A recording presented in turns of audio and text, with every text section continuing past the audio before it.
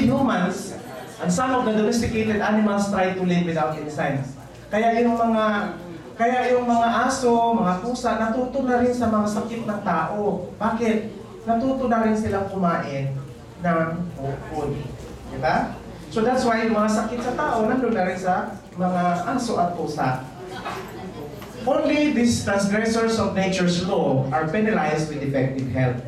It is not surprising that dogs and cats have human diseases since they are given only canned or packaged, heat-treated or enzyme-free food. That is the declaration of the Dr. Edward Howell, MD, which is the author of Enzyme and Nutrition.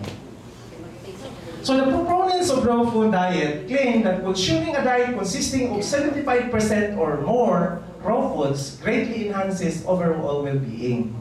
So we are not, here in the health department, we are not saying 100% raw food. What is the reason? Our body has no more enzymes to digest it.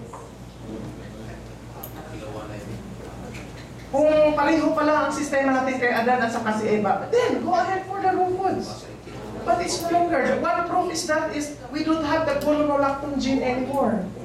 The gononolactone gene is a gene that converts sugar into vitamin C, which is only found in ruminants and other vegetable-eating animals.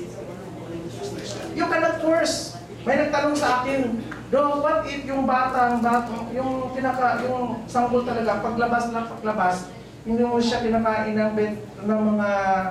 mga cooked food at saka vegetable talaga. May chance ba na makagawa yung bata ng vitamin C? Oh, no. Because the enzyme is no longer there. The genetic defect is already no longer there. Or is the genetic defect is already there?